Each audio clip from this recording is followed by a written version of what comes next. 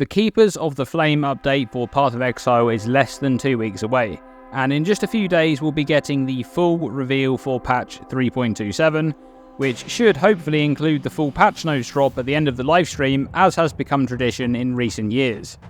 I expect these patch notes to be pretty extensive, especially with game director Mark Roberts mentioning that they're going to go ballistic on character changes in 3.27 back in the Q&A at the start of the previous patch. And I'm sure, just like for 3.26, there'll be many late additions or revisions to the patch notes all the way up until launch. Now, if the main focus of this update is indeed going to be character balance, I expect to see a lot of significant changes to the meta for the launch of Path of Exile Keepers of the Flame. And with that in mind, in this video I'm going to go over my predictions for 3 buffs and 3 nerfs for patch 3.27, beginning with the nerfs. And we're starting strong right out of the gates. It's Whispers of Infinity. This unique amulet was a new addition to the game in patch 3.26, introduced as a new exclusive reward from the new Incarnation Atlas Pinnacle bosses, and it has the very special property of making skills cost energy shield instead of life or mana. That mechanic was the catalyst for one of the most popular late game builds of the league, that being Forbidden Rite of Soul Sacrifice. Now this amulet just completely breaks the previously solid restrictions on that skill. The transfigured version of Forbidden Rite deals damage based on your maximum energy shield, and in return it deals chaos damage to you upon use. That would make Chaos Inoculation an excellent pickup considering you want to fully focus on scaling ES, as you'd be able to solve the self-damage portion of the skill. But the balance of Forbidden Rite of Soul Sacrifice was designed from the ground up with a life cost, preventing the use of CI and forcing the user to deal with the skill's restrictions. But enter Whispers of Infinity, the key to completely breaking this skill, making it cost energy shield instead of life, and therefore allowing the use of CI to fully prevent the self-damage component. Now the problem here is not really the existence of Forbidden Rite of Soul Sacrifice, as the skill itself was a bit weak prior to the introduction of the amulet and likely needed buffs to become relevant, but the mechanics of Whispers of Infinity completely changed the game here, and broke the mechanics that had previously kept this skill in check. Now with that said, I actually do not expect Whispers of Infinity to lose the energy shield cost modifier, as that's easily the most interesting part about this unique amulet, and to remove that would be to essentially remove a bunch of potential build creativity from the game. Instead, I expect 2 specific changes to Whispers of Infinity in 3.27. Firstly, I think the flat energy shield modifier will either be heavily nerfed or removed entirely. Part of the reason that this amulet is so powerful is that it not only enables the Transfigured Forbidden Rite interaction, but it also actively scales Forbidden Rite in one of the only ways that you actually want, a massive addition to energy shield stacking. Forbidden Rite as a spell doesn't scale like the majority of other spells. It doesn't need gem levels, as the majority of damage comes from maximum ES scaling, and therefore, unlike a typical spell that would want to use their amulet slot to obtain valuable gem levels, Forbidden Rite doesn't need that, so making use of Whispers of Infinity is not even a big trade-off for this build. It's just a massive benefit. Unique items often make you pay a cost of that trade-off when using them over something else in that slot, and for Whispers of Infinity, I think the trade-off in 3.27 and beyond will be obtaining much less or even no energy shield from this slot. Now secondly, I expect a big drop rate nerf for Whispers of Infinity. In 3.27, I think we may see the addition of Uber versions of the Incarnation Pinnacle bosses that were introduced in 3.26. We already know that they want to add the Uber versions into the game, and we also know that the Uber versions of the current Pinnacle bosses were introduced in patch 3.18, the very next league after the Searing Exarch and Eater of Worlds were first introduced. So I think we're going to see the Uber incarnations in this upcoming patch, and with them we'll see a massive rebalance of the exclusive reward drops across the encounters, just like we saw for the items like Melding of the Flesh and Ashes of the Stars back in patch 3.18. I wouldn't be surprised to see Whispers of Infinity becoming the rarest drop from the Uber Incarnation of Dread in patch 3.27, and this change alone would make the item much more scarce and more valuable as a result, gating the build behind a much steeper entry cost. Okay, the second nerf prediction for patch 3.27 is attribute stacking, and I think these changes will be broad, but more specifically, we're going to see several changes targeting intelligence stacking. Attribute stacking has been extremely strong in Path of Exile for a long time, but over time, access to increased attribute modifiers has improved, along with ways to obtain excessive amounts of flat attributes.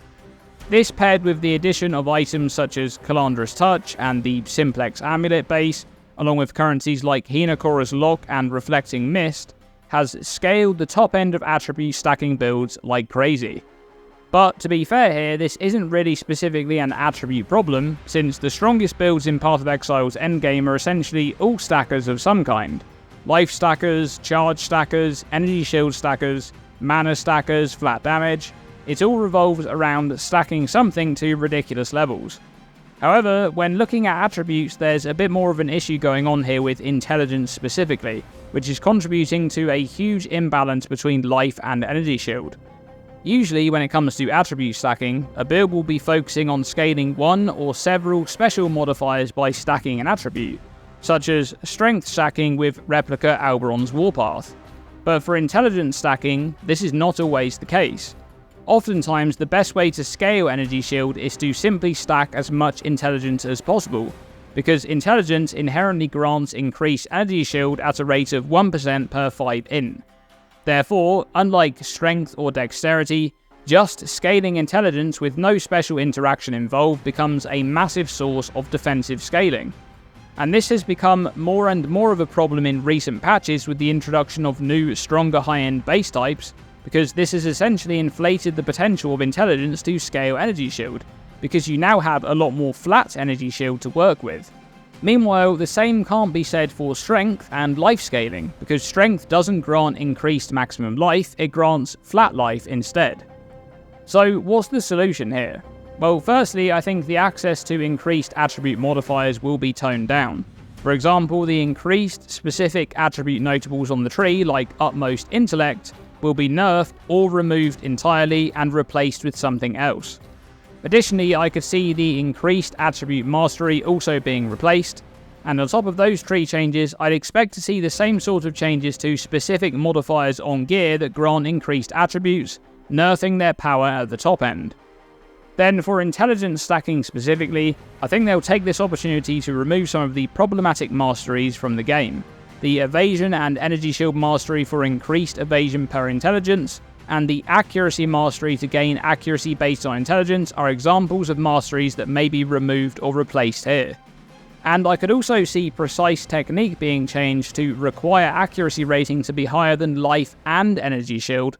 That one is not so much of an intelligence stacking nerf, but it is a nerf to the same sort of builds that are using those masteries to benefit. Now, my final nerf prediction for patch 3.27 is Risk Scarabs. The Cartography Scarab of Risk isn't the catalyst of the problem here, that's the tier 17 map modifiers themselves. And in a previous video, I discussed that at the top of my wishlist for game balance in 3.27 is changes to tier 17 maps. But I'm not confident that they'll go through with that, especially after they pretty much doubled down on those map modifiers with the addition of tier 16.5, the Memory Strand maps. So, if they're not going to address the source of this problem, the next best thing will be one of the major aggravating factors, that being the Risk Scarab meta. Now, the issue with Risk Scarabs combined with tier 17 map modifiers is essentially that they amplify the existing problem, that some very specific builds excel at completely avoiding particular map modifiers, and therefore with more random modifiers accelerating loot, these builds only stand to gain from this system. The more modifiers a build can ignore, the more maps it can run, the more rewards can be juiced.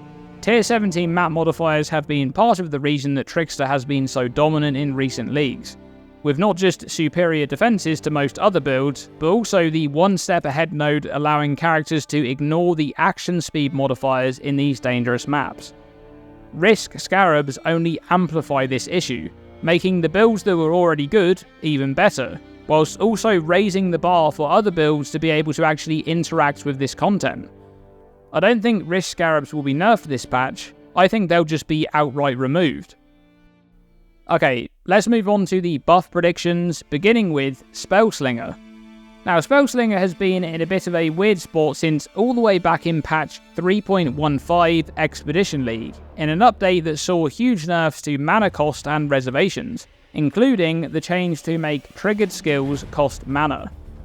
In the time since then, Spellslinger has gained some very gradual buffs over many patches, with the most recent buff just last league in 3.26 likely being the most significant, making Spellslinger's base reservation 20% of mana rather than scaling with gem levels down to 25% at level 20.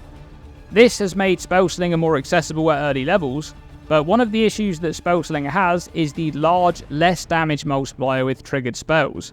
It's bad enough that the gem already takes up some of your mana reservation and essentially replaces a support gem in the link, but it also actively makes the supported skill deal less damage if you don't have a great wand to take advantage of the added damage component. Now, Mark did mention wand changes specifically during the 3.26 Q&A, and even though this seemed like an off-the-cuff remark, Spellslinger is absolutely one of the components of wand archetypes that could do with some love. There were a decent amount of builds using Spellslinger in 3.26, but almost all of them were using it purely for utility, to automate casting skills like Tornado or Hydrosphere. So I think it's possible that we'll see some changes to improve this mechanic as a primary damage dealer. Next up in the buff predictions is the Assassin Ascendancy, because of course it is. There's really not much to say here. The Assassin has consistently been one of the weakest Ascendancies in the game for over 10 leagues in a row. The last changes that this Ascendancy received were in patch 3.15 Expedition League, and those changes were nerfs. Big nerfs, actually. Since then, the Assassin has pretty much consistently sat at the bottom of played Ascendancies league on league, occasionally showing itself for cheesy mine builds that one-shot bosses, but otherwise, not much else. Now, the Assassin has actually received some updates in the patches since 3.15, but only to the Ruthless version of this Ascendancy. Now, I do want to mention these Ruthless changes because the Assassin is one of the only Ascendancies in the game where the Ruthless version of this class might unironically be better than the normal mode version. This is purely because of the Toxic Delivery notable. In the normal version of the game, this node grants 25% more damage with poison from crits, and up to 2% base crit from poisons on the target. In Ruthless, this node grants 10% more damage with poisons from crit, but then it just grants the modifier, all damage with hits can poison. That's good. Really good, actually. And that's a Ruthless only node. So if the Assassin is not going to get the Warden treatment in 3.27, I expect some significant buffs to the notables on this class, perhaps some new nodes to replace some of the current options, and one of those changes could be the addition of this Ruthless only modifier into the normal version of this class. I think that would be a very welcome change. However, I do want to point out that this looks like it might be a Breach themed league, and we have the Acolyte of Cholula in PoE 2. I wonder if they might just do a similar thing to what they did with the Raider, replacing it with the Warden, and replace the Assassin with a new Ascendancy to go with the theme of this league. It may just be called the Acolyte and have similar themes to the Acolyte of Cholula, and I think that would be pretty awesome. But really anything would be better than the current version of Assassin. Surely 3.27 will finally include the long-awaited Assassin changes. Okay, the final buff prediction for the Keepers of the Flame update is the Petal skills mechanic in memory thread maps. I think most can agree that this mechanic just did not land. It doesn't feel great to interact with, and as a result, you mostly just end up ignoring it, which isn't ideal to say the least. Now, the interesting thing here is that GGG actually made a post very early into 3.26, stating that they were looking into making improvements to memory thread skills in maps influenced by the originator.